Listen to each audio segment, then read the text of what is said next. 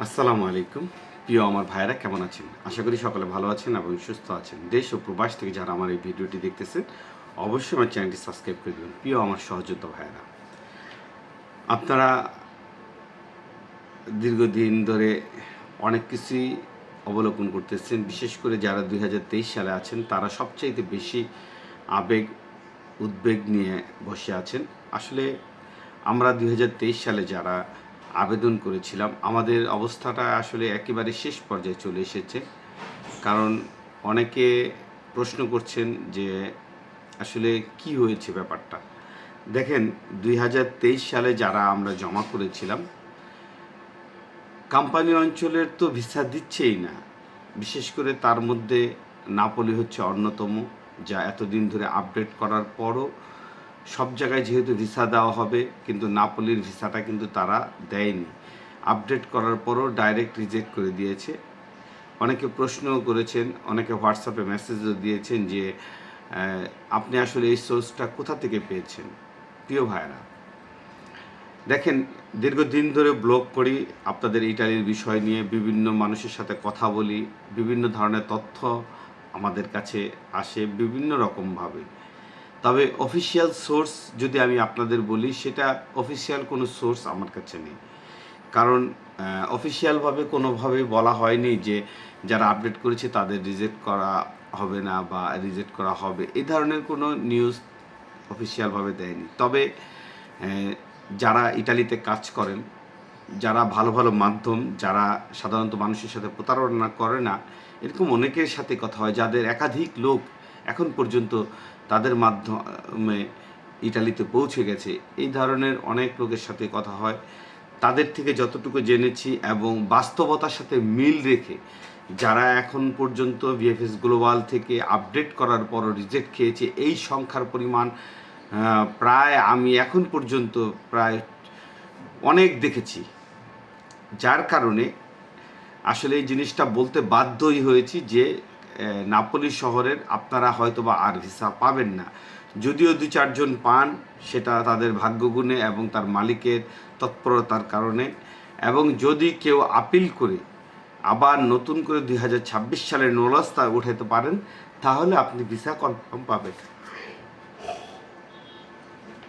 প্রিয় ভাইরা, গতকালকে আপনাদের কোনো ভিডিও প্রকাশ করিনি। আসলে আমি একটু ব্যস্ততার কারণে আপনাদের ভিডিও প্রকাশ করতে পারিনি। আজ জুমার দিন। আমি জানি আল্লাহর কাছে আমরা দোয়া করলেও আসলে আমাদের ভাগ্যে কতটা পরিবর্তন হবে এই মুহূর্তে আমার মনে হয় না। তবে আমরা যারা ২০২৬ সালে আবেদন করতে পারিনি, ২০২৩ সালের ভুক্তভোগী এবং ২০২৪ সালের ভুক্তভোগী, তারা আসলে ২৭-এর জন্য প্রস্তুতি নেওয়া ছাড়া আমাদের আসলে কোনো বিকল্প রাস্তা নেই। তবে ২৪-এর ব্যাপারে আপনাদের একটা কথা বলে রাখি, যারা এখন পর্যন্ত অ্যাপয়েন্টমেন্ট ডেট পাননি, আল্লাহর হস্তে আপনাদের কাছে বলতেছি, আল্লাহর হস্তে আপনারা এই কাগজগুলোর ব্যাপারে আর আশাবাদী থাকবেন না। যদি পারেন আপনার মাধ্যম থেকে হয় ২৭-এর ব্যাপারে কথা বলে জমা দেওয়ার জন্য, অথবা এই কাগজের টাকা আপনি উঠিয়ে ফেলবেন। কারণ বর্তমানে আসলে আপনাদের ভাগ্যও আমাদের মতনই, ২০২৩ সালে যারা আমরা কোম্পানি অঞ্চলগুলোতে জমা দিয়েছিলাম তাদের মতনই আপনাদের ভাগ্যগুলো। যদি আপডেট করায় তাহলে হবে না। একটাই রাস্তা আছে, যদি ২৬-এর কোঠায় অথবা ২৫-এর কোঠায় যদি আপনার নোলাস্তা ওঠে, তবেই একমাত্র সম্ভব আপনি অ্যাপয়েন্টমেন্ট ডেট পাবেন এবং ভিসা পাবেন। দেখেন, ভিএফএস গ্লোবালে যদি আপনি যান, তাহলে সর্বপ্রথম যেই জিনিসগুলো দেখতে পাবেন, বর্তমানে কিন্তু আবারও অ্যাপয়েন্টমেন্ট ডেট দিচ্ছে এবং অনেকেই অ্যাপয়েন্টমেন্ট ডেট পাচ্ছে, এবং তারা কিন্তু ২০২৫ সালের যে নোলস্তাগুলো বের হয়েছিল, সেই নোলস্তার এগেনিস্টে তারা অ্যাপয়েন্টমেন্ট ডেট পাচ্ছে।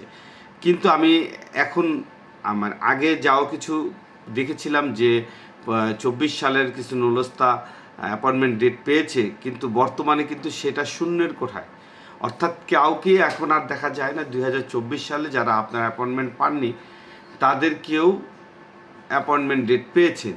হ্যাঁ, ২-১ জন পাচ্ছে, তারা কিন্তু ২৫-এর কোঠায় তারা আবার নতুন রিইস্যু করে নুলস্থা ওঠার পরেই কিন্তু তারা অ্যাপয়েন্টমেন্ট ডেট পাচ্ছে। এছাড়া আপনারা এখন পর্যন্ত যারা রিইস্যু না করেছেন, আপনারা কেউ ভিসা মানে আপনার কাগজটা অ্যাম্বাসিতে জমা দিতে পারবেন না।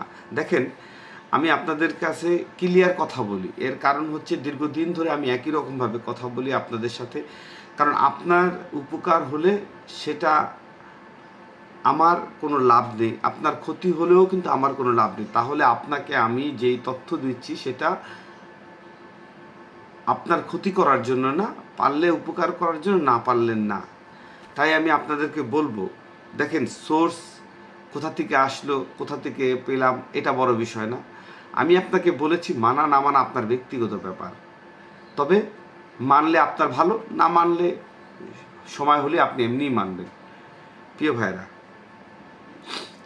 আপনারা যারা 2026 সালে ক্লিক ডেতে অংশগ্রহণ করেছে, যেহেতু সম্পূর্ণ ক্লিক ডেগুলো হয়ে গিয়েছে, এখন আপনাদের অনেকেরই প্রশ্ন যে ভাই আমার 9টা 2 মিনিট, 9টা 1 মিনিট, 9টা 3 মিনিট, 2.5 মিনিট, আমি এখন পর্যন্ত যতগুলো কাগজ দেখেছি, বিশ্বাস করেন যতগুলো কাগজ আমি দেখেছি যারা আমাকে পাঠিয়েছে, তাদের কারোই জমা আমি 2 মিনিটের ওভার দেখিনি।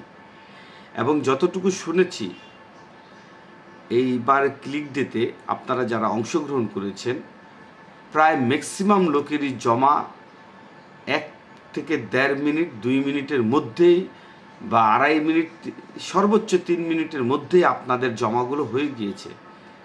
তবে সেই হিসেবে আমি আপনাদের বলে রাখি, আপনাদের জমার পরিমাণটা যতটুকু শুনেছি অন্য অন্য বছরের তুলনায় অনেক কম।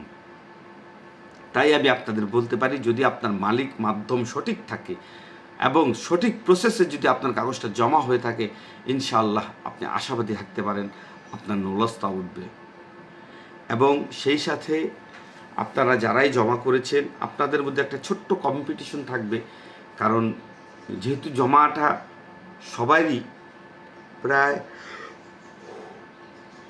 একই সময়ের মধ্যে হয়েছে, সেহেতু আপনাদের একটু কম্পিটিশন হবে, কারণ অনেক জায়গায় কোঠা কম থাকার কারণে সেই জায়গায় যদি জমার পরিমাণটা বেশি থাকে, তবে জমার সময়টা একই সময় থাকার কারণে আপনাদের অনেক যাচাই বাছাই হতে পারে যে কোন মালিকের হৃদিত্ব বেশি, কোন মালিকের ফ্যাক্টরিতে কাজের অভাব আছে এবং তার সঠিক পরিমাণের লোক লাগবে।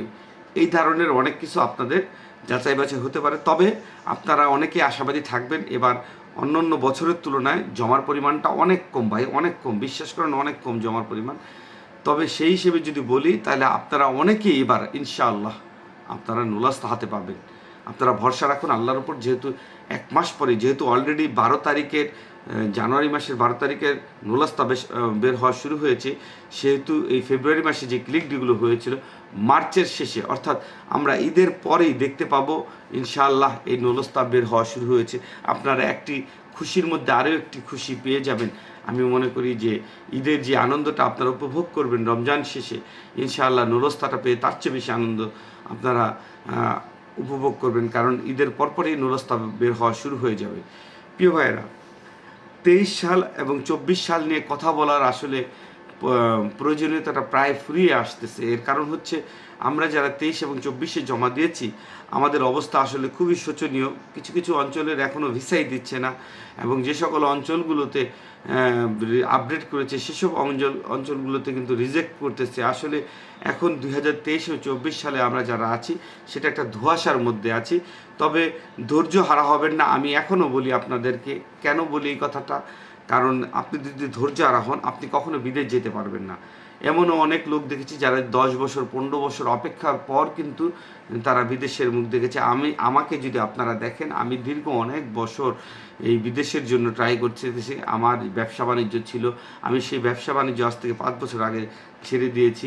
তারপরও কিন্তু আশা ছাড়িনি, কারণ ইনশাআল্লাহ আমি জানি যদি আমার রিজিক আল্লাহ পাক লিখে রাখে, আমি একদিন এই ইটালির মাটিতে যাব, এবং ইনশাআল্লাহ সেই দিন খুব হয়তো বেশি দূরে নয়, হয়তো আল্লাহ পাক আমার রিজিকের ব্যবস্থা অনেক দ্রুতই করে দেবেন।